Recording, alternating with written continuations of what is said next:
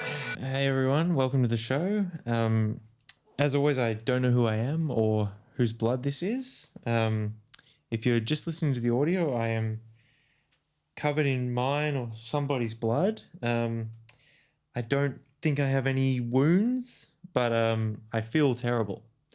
Anyway, what do you got for me this week, Kenny? Well, mate, LeBron James broke the scoring record in the NBA this year, but everyone's wondering how much longer can he keep holding off Father Time? I'm glad you brought this up, and it's not a simple answer. You've got to ask yourself, is Father Time a real man? Is he my father? Who is my father? These are the questions that come to mind. How many more seasons can he keep playing? I mean, he's already 38. Right, yes. And age goes up, right? Yeah, that's right. Okay, and how long do people live? Like 1,000 years? 80, 90, if you're lucky. 80 if you're lucky. Okay, so for me it boils down to this. We can't know what's in LeBron's mind, and I think it's a decision that he's going to have to come up with by himself in his own time. People can't know what other people are thinking, right? No, not unless I tell you.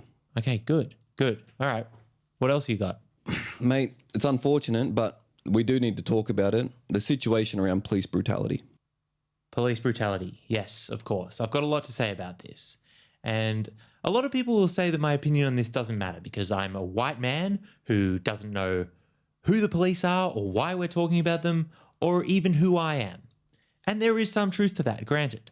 But one thing I do know about the police is this. Every single review that we get of this podcast says that I should go to the police. What people need to understand is that not everybody has the same relationship with the police, okay? Some people love the police. You may love the police. They may be a source of comfort in your life. Whereas other people, they don't know who the police are. They don't know how to get in contact with the police. They don't even know what their own name is, okay? So next time you're thinking about calling the police, maybe just think about that. Today's show is brought to you by Scorpion Mode Power Oil. Guys, your mind and body deserves the very best there is. When I use this stuff, I feel like I am firing on all cylinders. My mind is sharp, my dreams are pure, and that is because it's made with real Arizona bark scorpions. So get online and use the promo code BLOODSQUAD to get 20% off your first vial. Our first guest is here, and we are lucky to have him. Taking a break from his sold-out Psycho-Apocalypse Reloaded tour, it's comedian and actor Vaughn K Pikefield in the studio. Vaughn, thanks so much for being here. Thank you for having me, brother. Still covered in that blood, I see. He started already. Just kidding. So, Vaughn, tell us about, you got this big tour. How's road life treating you? Yeah, it's good, man. It's up and down. I mean, I'll be out there doing some club in the Midwest, and it's fine. But it's just, it's not really why I got into comedy. I want to challenge people. I want to tell the truth. I mean, you can relate to that, I'm sure. Yeah, no, I think so. Apologies to my listeners if they've heard this story before. I assume, I've told it before because it's my only memory. But I remember being a young boy standing on the edge of a great lake, and there was these sort of terrible storm clouds up above, and I was looking at them. Is that the type of thing you mean? Oh, not really, man. I just mean the crowds can be kind of up and down. Actually, you would love this. Right, so I was doing the Zanies in Nashville, and the booker they got there, Crazy Pete? Mate, he doesn't even know whose blood that is. Yeah, you got me there, Kenny. All right. Well, after the show, Crazy Pete says, we're going to go get wings. They're the best wings in Nashville. I'm like, Pete, I got to get on a flight to Cedar Rapids in 4 hours. I don't care if they're the best wings in the galaxy. But we did get the wings, and I did make the flight, so it was fine. And that all really happened. Yeah, man. The road is crazy. You must have some absolutely wild road stories. I really don't these days. I'm so busy. I got the blood and I'm doing the podcast all the time. I'd love to do the road more. Have you spoken about this whole, blood situation much? Because there's got to be like a solid, just killer 20 minutes in that for sure. Yeah, hopefully, it's like when I'm on stage, I'll be there and I never know, how I've got to the stage. Like I don't remember traveling anywhere, right? And there will be all these bright lights on me. Is that normal for comedy? Yeah. Right, so the bright lights are on me, and then, I'm covered in blood, and, the audience is curious as to why I'm covered in blood, and I'm curious, so you got to address it. Oh, absolutely. And you are the king of that. I mean, I remember the first time I saw you, right? I think it was at the Cellar, and you were on stage, you were covered in way more blood than this.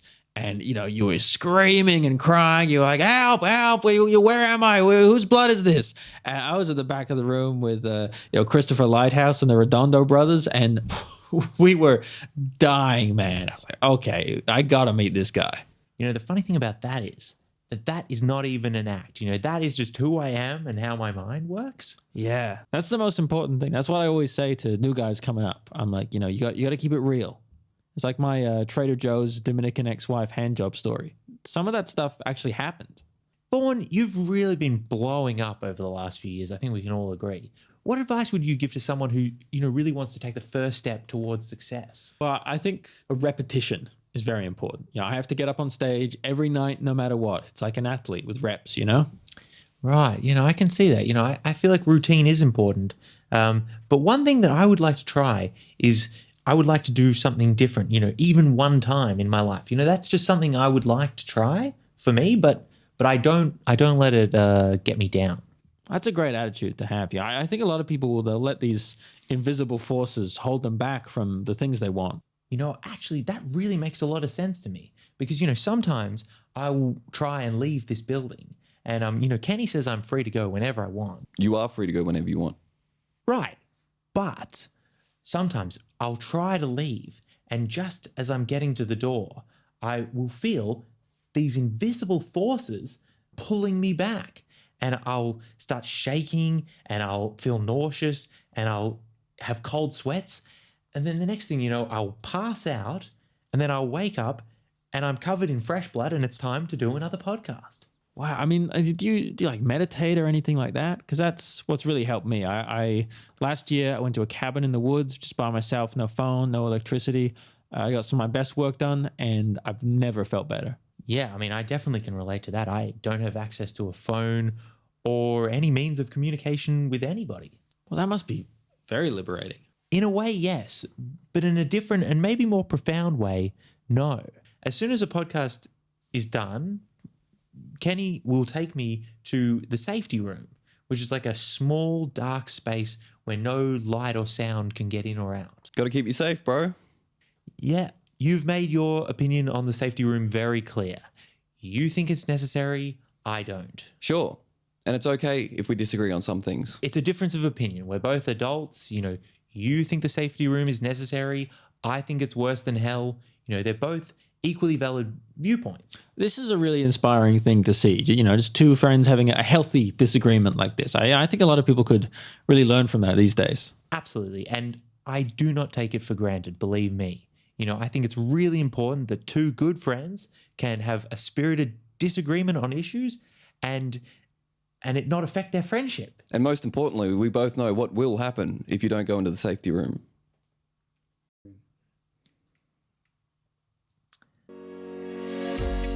Today's show is brought to you by Scorpion Mode Power Oil.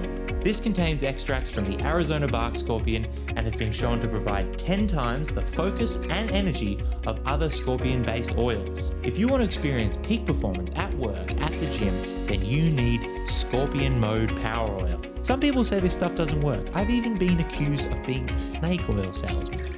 But this oil doesn't come from a snake, it comes from a scorpion, and a very beautiful scorpion at that. So get online and use the promo code BLOODSQUAD to get 20% off your first vial. I tell you what, Vaughn, I cannot get enough of this stuff. I am gulping it down. I am just lathering it all over my body.